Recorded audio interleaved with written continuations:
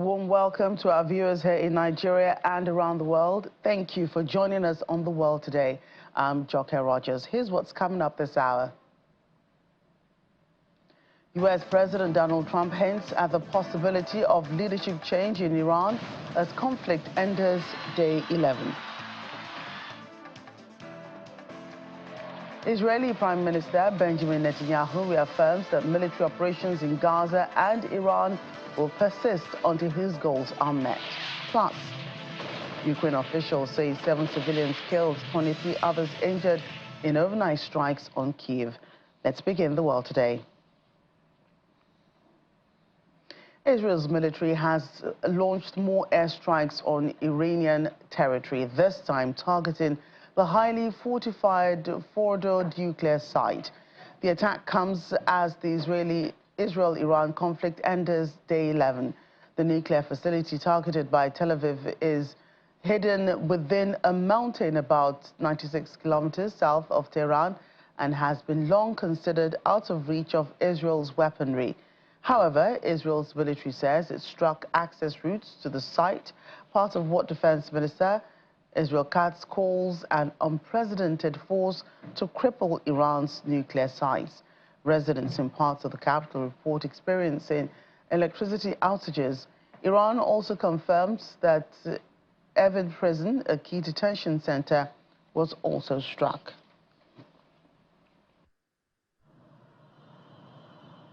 Plus, the U.S. is now involved in the Middle East conflict after striking Iranian nuclear facilities.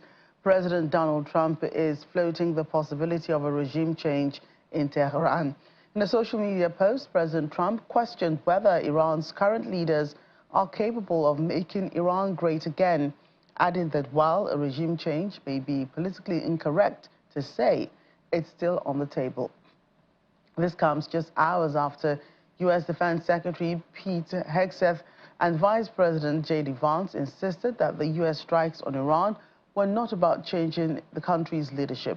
Iran has vowed a decisive response after Mr. Trump claimed that the U.S. strikes caused monumental damage to its nuclear sites.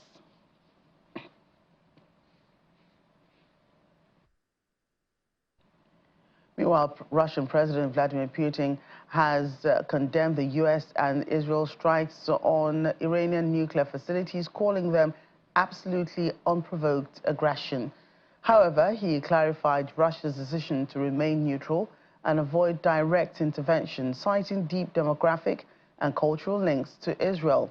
Speaking during a meeting with Iranian Foreign Minister Abbas Araghchi in Moscow, Mr. Putin acknowledged the human cost in Iran while reaffirming and confirming that Russia will support diplomatic, not military, solutions.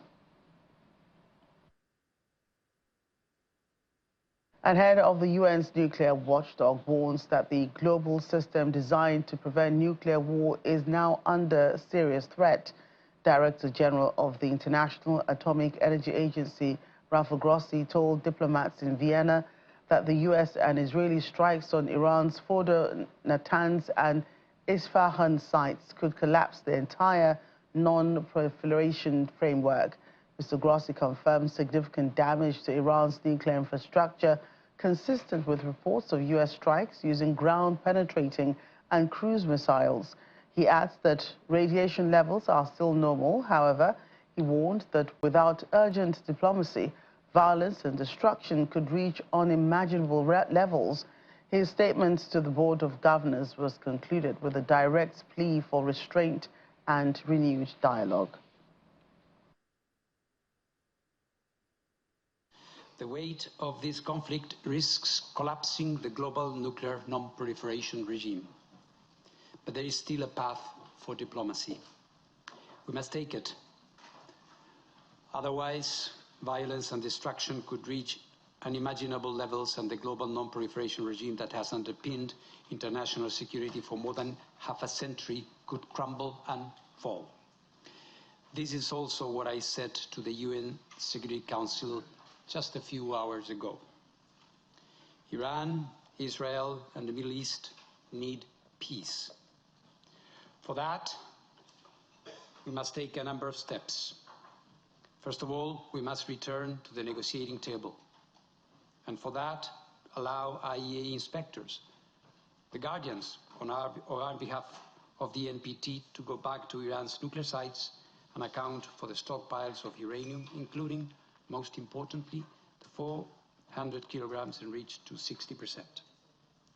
In this regard, the board should be aware of a letter sent to me by Foreign Minister Dr. Abbas Araghchi on 13 June, in which he mentions that Iran will, and I quote, adopt special measures to protect nuclear equipment and materials, close quote.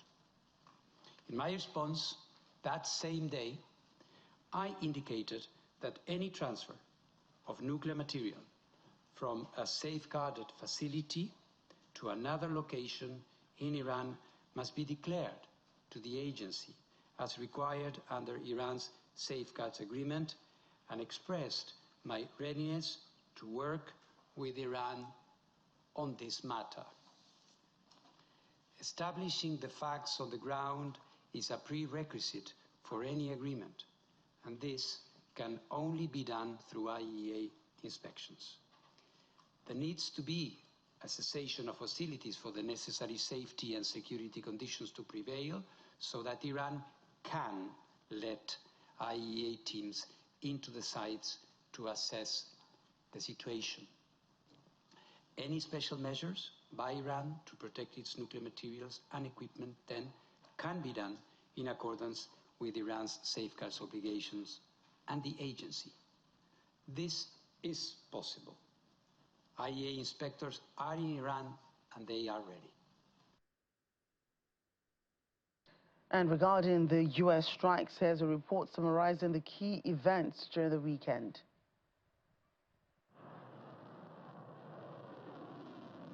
It's a major escalation in the Middle East. The United States conducting airstrikes on the Islamic Republic's nuclear infrastructure, targeting Fordo, Natanz, and Isfahan.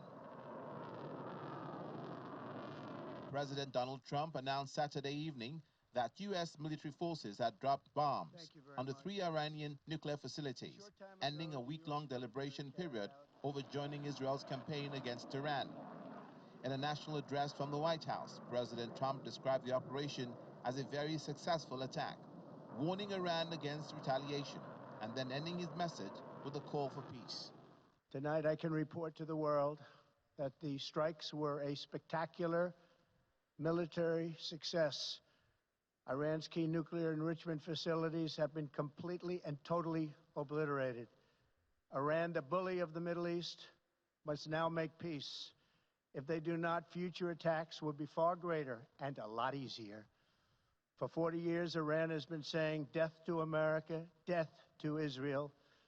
They have been killing our people, blowing off their arms, blowing off their legs with roadside bombs. That was their specialty. We lost over 1,000 people, and hundreds of thousands throughout the Middle East and around the world have died as a direct result of their hate. In particular, so many were killed by their general, Qasem Soleimani. I decided a long time ago that I would not let this happen. It will not continue. Iran has condemned the U.S. strikes, with Foreign Minister Syed Abbas saying Iran is reserving all options to defend its sovereignty.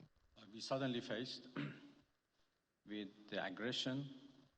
He says U.S. attacks will have everlasting consequences, as America has committed a grave violation of the UN Charter as a member of the UN Security Council. He accuses President Trump of betraying and sabotaging ongoing negotiations.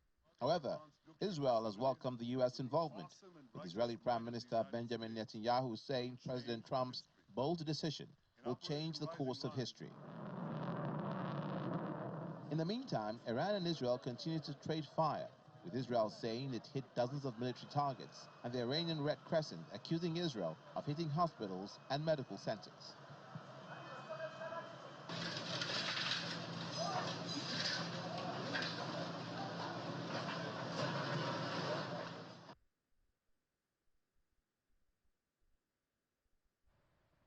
Meanwhile, at the United Nations, Iranian and Israeli delegates exchanged sharp accusations following the U.S. strikes on Iranian nuclear facilities. Iran's UN ambassador, Saeed Iravani, accused the U.S. of extending Israeli aggression.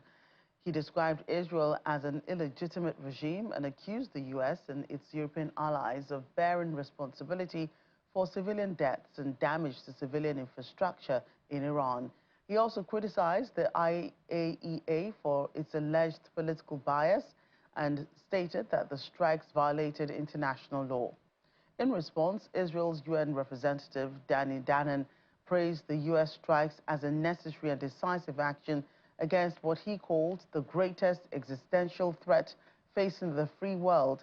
He thanked President Trump for acting where others hesitated and emphasized that the strikes targeted only military and nuclear sites and not civilians. For protecting the free... After the illegitimate Israeli regime failed to do the worst dirty work, Trump was forced in the early hours of Sunday, June 22, to personally carry out the most sordid part of this vile agenda. Once again, the internationally wanted war criminal Netanyahu succeeded in hijacking U.S. foreign policy, dragging the United States into yet another costly, baseless war. America has once more recklessly chosen to sacrifice its own security merely to safeguard Netanyahu. Once again, the world has witnessed the blatant corruption of the U.S. political system and its leaders. As an independent, peace-seeking nation, it is profoundly heartbreaking that a peace-loving country, one of the founders of the United Nations with over 5,000 years of culture and civilization, responsible party to the UN Charter and the NPT, a non-nuclear weapon state, has been under armed attack. Thank you to the United States for removing the greatest threat to global security. Thank you, President Trump, for acting when so many hesitated. Thank you for protecting the free world with strength and with moral clarity. Now, some come here to denounce the United States and Israel. So let me ask you, where were you? Where were you when Iran raced toward the bomb? Where were you when it enriched uranium far beyond the point of civilian usage? When it buried entire fortress beneath mountain to prepare for our extermination?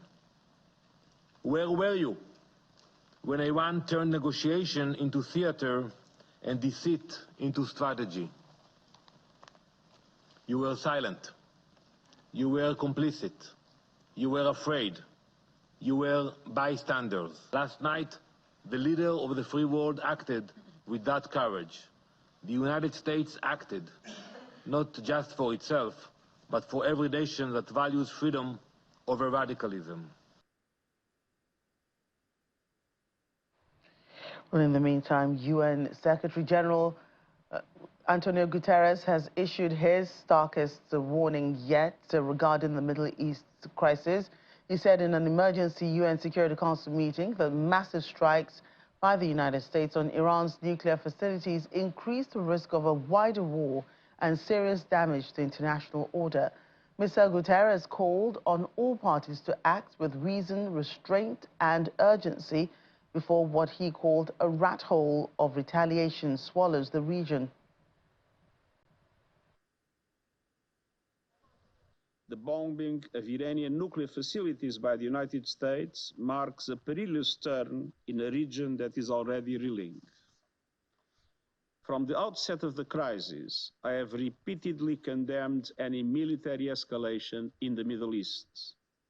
The people of the region cannot endure another cycle of destruction. And yet, we now risk descending into a rat hole of retaliation after retaliation. We face a stark choice. One path leads to wider war, deeper human suffering, and serious damage to the international order. The other leads to de-escalation, diplomacy, and dialogue. We know which path is right. And I urge this Council and all Member States to act with reason, restraint, and urgency. Staying with the crisis, a retired Pakistani general, Naim Lahi, says Israel is pushing for regional war and that the strikes on Iranian nuclear sites primarily served to satisfy Israeli interests rather than target genuine nuclear threats. He warned that Muslim-majority nations are vulnerable to being targeted and called for stronger regional alliances involving Turkey, Pakistan, Indonesia, Malaysia, and Central Asian countries to resist pressures. The retired general also criticized U.S. President Donald Trump's inconsistent and unpredictable approach to foreign policy, warning that military campaigns on Iran could eventually target other Muslim-majority countries. World opinion was against this. Even within America, the people were coming out in the streets and trying to say that it should not happen. There was a strong statement from Russia also. And Trump had also said that, okay, we'll see after 2 weeks. So I was apprehensive that because Trump has carried out deception earlier also, that they brought the Iranians on table, they were talking to them, and Israel attacked. So I had a bit of apprehension that this might happen. That because once he talked of 2 weeks, so my military sense was telling me that 2 weeks is a long time to actually decide such things. So whereas I think world as a whole was expecting it less, they were not expecting that this would happen, but it did happen. So it was also, you can say, another deception that has become obvious.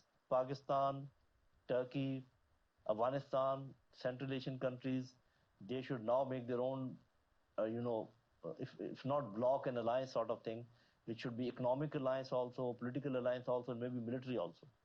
And later on, probably they can even include Iran.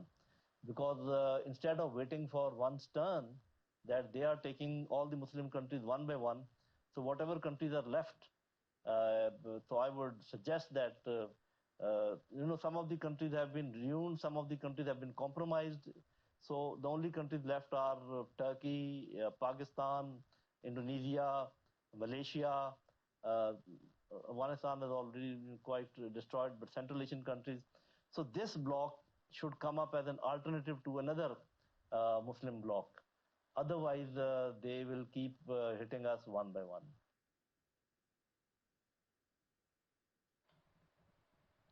And the European Union Foreign Policy Chief Kaja Kallas says it will be extremely dangerous should Iran shut down the crucial Strait of Hormuz trading route over U.S. strikes on its nuclear sites, a critical channel through which about 20% of the world's oil and gas passes.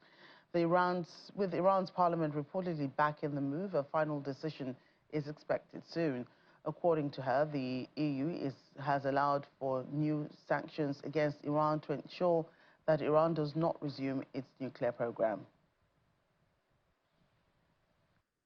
Ministers are very much focused on the diplomatic solution and also the concerns of retaliation and this war escalating are huge.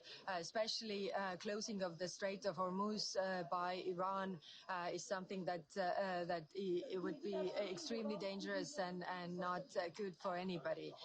Of course, we are discussing Middle East in broader sense, also after also Gaza and Article 2 of association agreement with Israel. We have done the review. The review is ready. All the member states have it, and we will discuss further. What to read out of this and what will we do with this. But already 9:30, we have Minister Sibiha here. We are discussing Ukraine, and of course, while our eyes are on what is happening in Iran and in the Middle East, then there are people dying and in Kiev because Russia is keeping the bombs and bombing Ukraine every single day. So we have to keep up the pressure on Russia. That's why we are pushing for the 18th package of sanctions. Also, we have to give the military support to Ukraine. I'm happy to tell you that 80% of the ammunition initiative has already been pledged, but of course we have to do more to have for this year the 2 million rounds initiative fulfilled.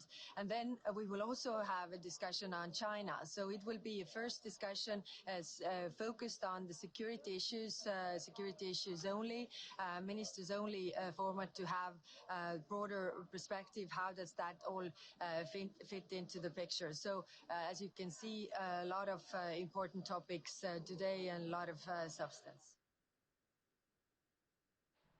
We'll have more of that tension between Israel and Iran and other players, actors in that crisis in the Middle East after the break. Also coming up on the program, Nigeria's President Bola Tinubu steps down from his role as ECOWAS chairman, handing over to Sierra Leone.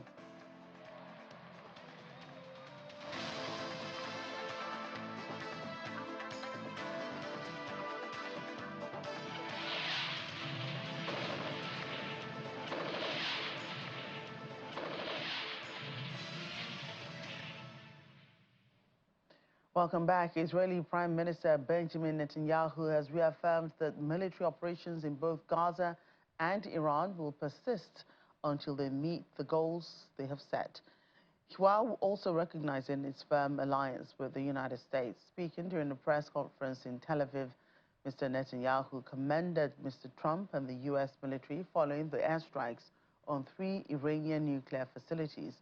Mr. Netanyahu also stated that Israel has not taken its eyes off Gaza and remains committed to achieving its military objectives in the enclave, adding that operations against Iran will contribute to advancing those goals.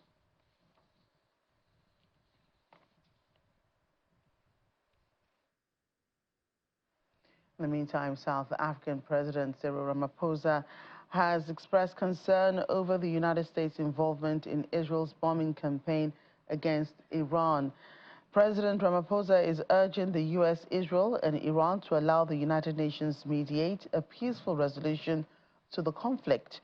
On the onset of Israel's ongoing airstrikes against Iran, African governments issued a range of responses following the attacks.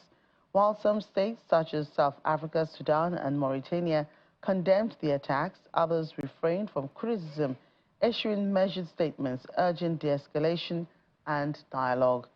The African Union was among the first to respond, expressing deep concern over the violent escalation, which killed hundreds of Iranians and wounded thousands, and calling on all parties to avoid further military action. South Africa, a longtime pro-Palestine ally, condemned the Israeli attack, slamming violations of international law. The country has consistently stood against Israel's military actions in Gaza. Well, the escalating conflict between Israel and Iran is reverberating far beyond the Middle East, rattling emerging economies across the global south, including Ghana, where rising inflation and surging fuel prices are threatening recent signs of economic stability. In Accra, the fuel costs are climbing sharply, impacting both transportation and trade. For ordinary Ghanaians, the effects are tangible, affecting food and transportation, with small business owners also feeling the strain.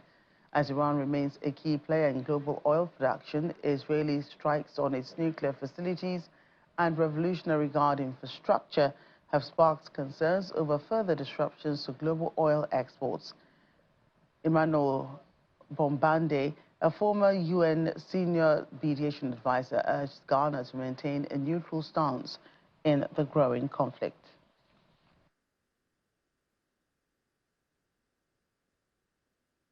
Anytime there's rise or fall in dollar, it affects our business, because if the dollar goes up, definitely our items too, the price will go up. And when it comes down to, it will also come down. So all that we are asking from the government is for the dollar to be stable, so that our prices for our item can also be stable for our customers. At any time that we have such a global crisis, it is not for us to pick between one or the other party, but to ask what laws have been violated, what precedents have been reneged upon, and to call for the respect of those international norms, regulations that have been violated, and to bring everybody to respect them. we need to pursue our current foreign policy that is inspired by positive neutrality, fully aware that, one, if this war were to expand in scope, then the effects are going to be very long term. And what that will mean is working very hard at the level of the African continent to be able to define a foreign policy in which the unity in Africa of a collective voice informs how we respond. And once we do that, we can then see within ourselves as Ghana how we continue to be a leader in inspiring this common sense of unity.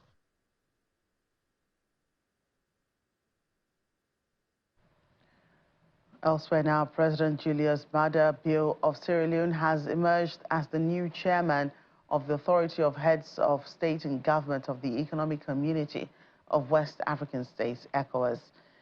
This is as Nigeria's President Bola Tinubu's two-term reign at the helm of affairs of the regional bloc comes to an end. At the bloc's 67th ordinary session, which was held in Abuja, Nigeria's capital, outgoing chairman President Tinubu expressed concern over the slow pace in activating the ECOWAS standby force, urging West African leaders to move decisively from planning to implementation in combating terrorism and transnational crime. Our State House correspondent, Empress Simon, reports. The last time the authority of the heads of state and government of ECOWAS met in this hall, the decision to approve the exit of Mali, Niger, and Burkina Faso was reached. Today, at the round table, the flags of the three countries are conspicuously missing. But what decision will ECOWAS be taking today? This is what we are expecting.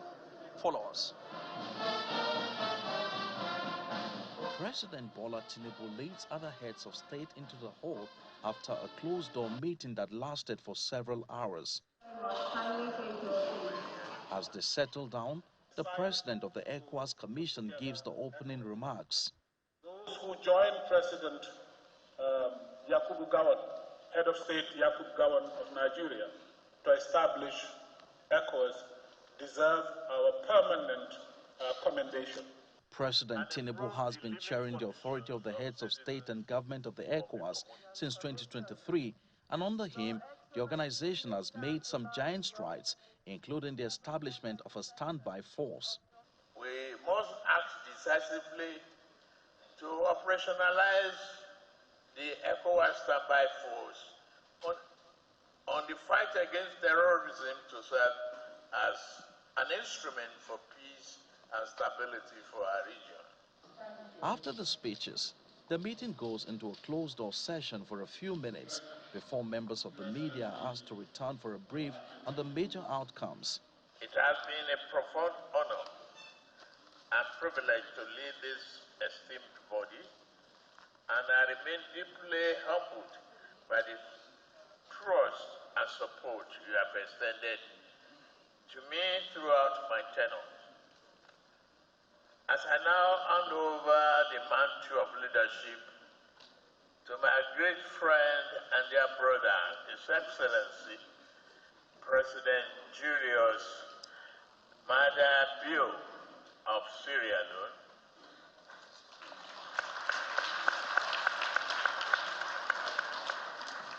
the new chairman of ECOWAS Authority of States and Government, I do so with a deep sense of fulfillment and optimism for the future of West Africa.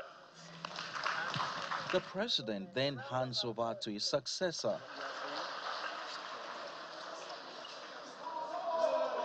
He vacates the chairmanship seat to take his new seat as a member.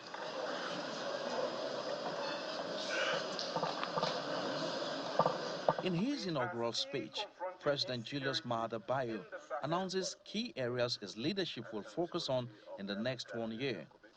As chair, I will prioritize 4 key areas. First, restoring constitutional order and deepening democracy. Second, revitalizing regional security cooperation. Third, unlocking unlocking economic integration. Fourth, building institutional credibility. ECOWAS must reform itself and become more transparent, efficient, and responsive to its people's needs. With that, the event comes to a close as President Bola Tinubu and the heads of state make their way out of the hall. But the president of the ECOWAS Commission engages members of the media for more on the outcomes of their engagements. With regard to our relations, ECOWAS's relations with the members, the 3 member states that have withdrawn and formed the Alliance of Sahelian States, the authority has decided on the appointment of a suitable candidate as the chief negotiator to lead the discussion with the 3 countries. ECOWAS may have been facing challenges just like any institution, but ECOWAS remains what it is. And these words of assurance given by the ECOWAS Commission President as to the strength of ECOWAS in the face of its challenges is one thing that President Julius Bayo has to run with as the new chairman of the Authority of Heads of State and Government of ECOWAS. From the banquet hall of the State House in Abuja, Emperor Simon, Channels Television News. We're back in the Middle East, where the humanitarian situation in Gaza is rapidly deteriorating. Jonathan Whittle, head of the UN's Humanitarian Office for the Occupied Palestinian Territories, delivered an update saying people in Gaza are being killed almost daily just for trying to find food. He called the crisis entirely preventable, adding that these are conditions created to kill. Mr. Whittle described the crisis as weaponized hunger, forced displacement, and a death sentence for people just trying to survive. People in Gaza today are being killed trying to reach food. The attempt to survive is being met with a death sentence. There's no safe way to eat. Since the total blockade was partially lifted just over a month ago, people have been killed almost daily while trying to get food. I've been told over 400 have been killed. And I've met some of those injured in the past days in the beds and corridors of the Nasser hospital that is overflowing. It shouldn't be this way. There shouldn't be a death toll associated with accessing the essentials needed for life.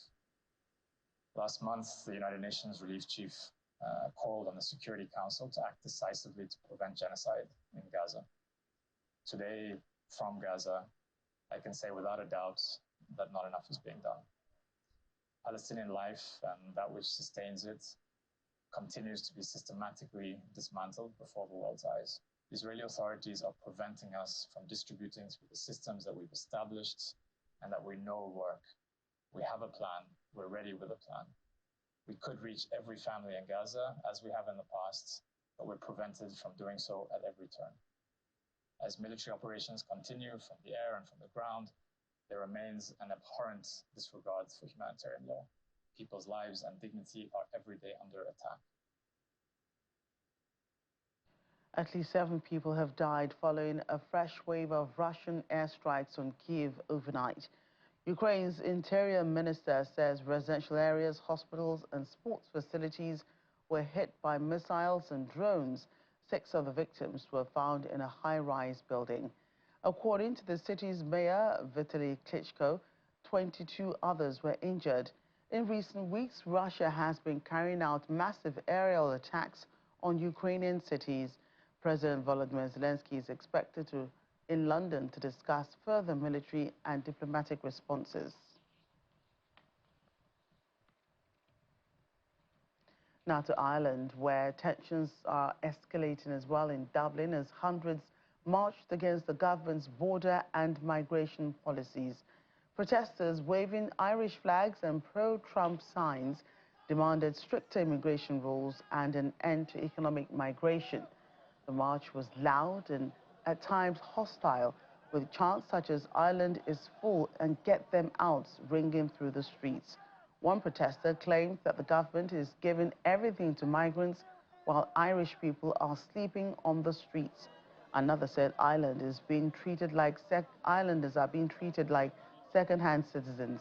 The demonstration was met with resistance from counter-protesters in the United Against Racism group, while Irish police kept both sides apart. Ireland has seen an increase in such protests denouncing government policies towards asylum seekers, housing and social care. Economic migrants, the country is full. We just can't support it anymore. It's just ways around. It's just unfair. Like people are coming in and they're being given everything above the Irish people, houses and whatever. Like people on the housing list here that have lived here, on the housing list 15, 20 years. They have to be sent back. That's costing so many billions each year, and they're not taking care of the Irish homeless people. They're putting these Ukrainians and all into their own modular homes. They're paying for their cars to be fixed, and we're being treated like second-class citizens. And if we're not careful, we're going to be like the way the North American Indians went. And that happened so quickly because so many people came in and they were just eventually pushed out. I stand before you not in anger, but in unity, calling on every single one of you to rise to one purpose: an Ireland free, an Ireland independent, and an Ireland no longer ruled by Brussels or by a failed Irish cobbled-together government. This is not just a protest. This is a movement, a stand by ordinary people who refuse to be silenced. We will not be ignored.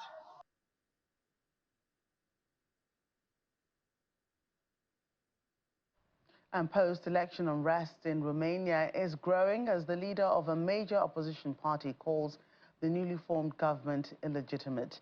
Former presidential candidate George Simeon led hundreds through Bucharest in a march against President Nicu or Dan's government, which he says came to power through election rigging. Protesters tore up portraits of officials, waved flags and held signs calling for the reinstatement of Simeon's candidacy. Simeon promised more protests and warned that the Romanian people would not be silenced. The unrest is being driven by political frustration, but also by economic pressure. Protesters slammed looming tax increases, while some voiced anger over Israel's military actions, accusing the government of turning a blind eye to global human rights abuses. The nationwide protest follows Mr. Simeon's loss in the May 18 presidential election to Nicolae Dan, who won with 53.6% of the vote. The AUR party leader continues to dispute the outcome and refuses to recognize the new administration. Stop the increase of tax, of VAT for Romania. We were bullied, we were pushed by the armed forces in the Victoria Square in front of the government, and we marched in the Bucharest streets. The new government doesn't have legitimacy. It wasn't voted by the Romanian people. 4 parties against us, against the patriot forces. We will fight and we will prevail. And still to come. We'll see an attempt of the Guinness World Record for aerial patterns composed of mostly drones. Details soon. Please join us again.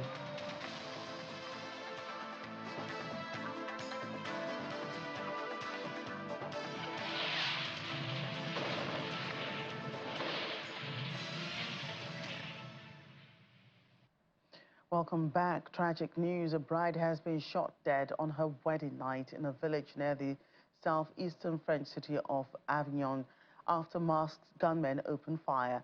One suspected attacker was also killed in an apparent exchange of fire, leaving the groom and a 13-year-old child seriously injured. Police reports say that 2 people have been arrested following a search involving dozens of officers and a helicopter. No information about the suspects have been released. However, reports say the violence may be linked to drug-related score settling. At least 25 people have been killed and 63 others injured in a suicide bombing at a church in Damascus. According to Syria's Interior Ministry, a man opened fire with a weapon at the Greek Orthodox Church of the Prophet Elias in the Dwayla neighborhood during a service on Sunday evening before detonating an explosive vest. Authorities claim the attacker was affiliated with the jihadist group Islamic State. However, there has been no immediate claim from the group itself. International communities have condemned the attack, the first of its kind in the Syrian capital since Islamist-led forces toppled longtime ruler Bashar al-Assad in December. Though there are sounds of sirens and missiles, there's also music echoing from Iran. Iranian musicians performed in front of the iconic Azadi Tower in central Tehran to help share a message of resilience in the face of Israeli-U.S. attacks. Deputy for Artistic Affairs at Iran's Ministry of Culture, Nadera Razveh, explained that art has always been an outlet for Iranians to express their love for their country. Tehran residents also stressed the importance of such initiatives in strengthening the sense of national cohesion.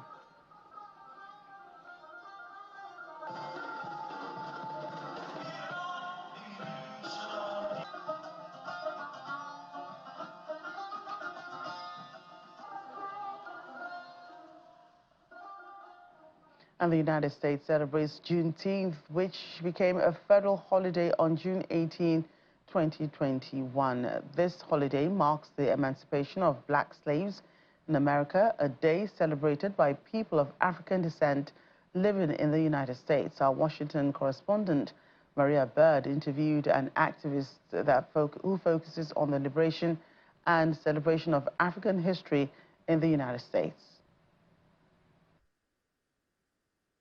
Akiwa Azimota, thank you so much for joining us. We know that it is Juneteenth, and Juneteenth is a date where Americans celebrate the kind of that day when we ended a horrific part of our history.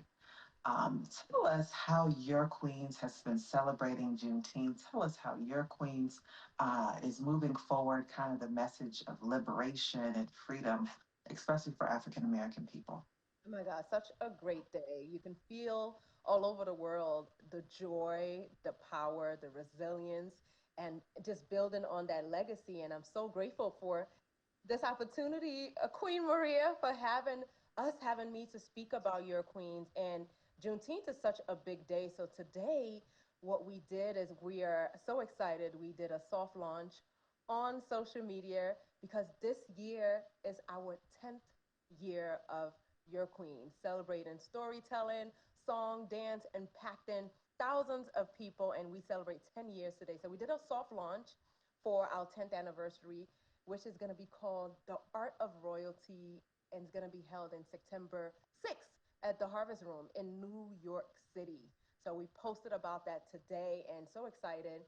And over the weekend, the queens in New York City got to perform at two amazing organizations, Juneteenth NYC in New York. So shout out to Juneteenth NYC. They had a parade. So two of our queens came out to walk in that parade. And then shout out to Abbott House. It's an amazing foster care organization. So they also had your queens perform just this past weekend. So it's a continuation. Not only like this month, June is a month to just celebrate resilience, power, love, community. And we have something exciting that we are launching next week.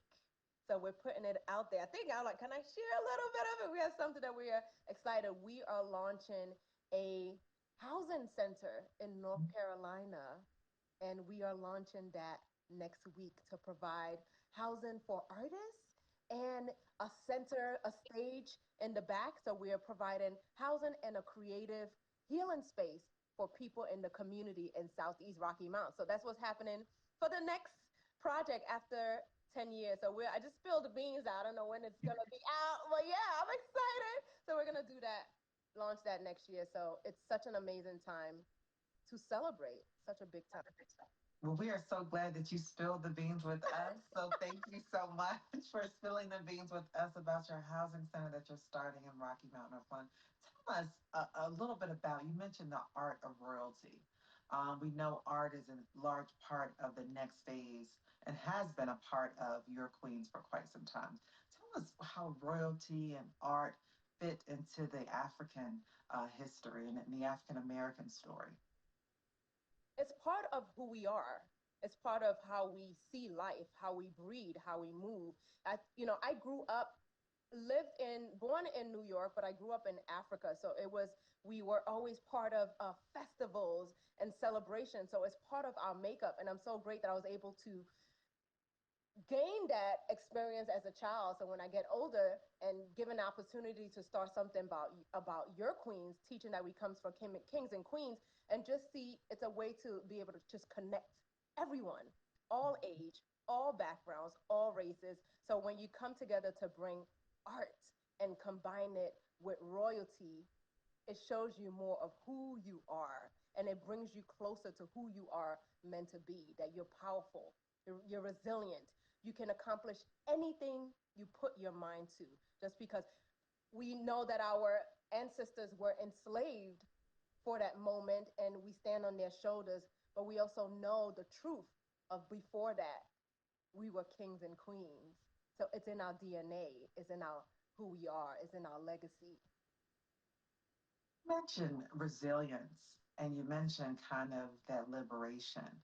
For African Americans or for those in the US that are saying, I celebrate Juneteenth, I take the holiday, but I don't celebrate the idea of freedom because we were wrongly enslaved. How are Americans and how does your Queens help to rectify, to your point of the end of royalty that preceded slavery, how African Americans come from a people of royalty? How do you help people to reconcile that on Juneteenth, especially in times that many are feeling are very politically charged? That's a great question. And I think what I know with us is a mindset.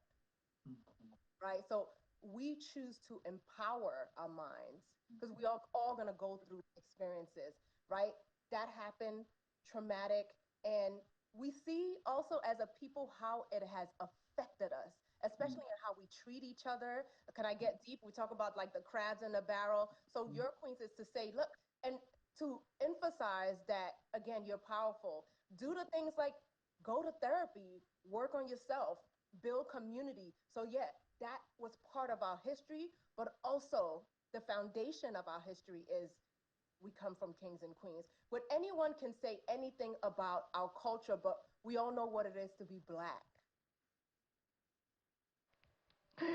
Conversation with our Washington correspondent, Maria Bird there. Just before we go, the night sky over Chongqing in southwestern China illuminates with a stunning display of 1,618 drones choreographed into dazzling aerial patterns, part of a bid to break the Guinness World Record for aerial patterns composed of most drones. The 18-minute spectacle themed Charming Chongqing featured 8 intricate formations, including Starry River, reflecting the river, a giant camellia blossom leaping finless porpoises, and a breathtaking 3D landscape portraying rivers and mountains within the city of 10 called the City of Mountains and Rivers. And that's it on The World Today. Thank you for watching. I'm Jackie Rogers.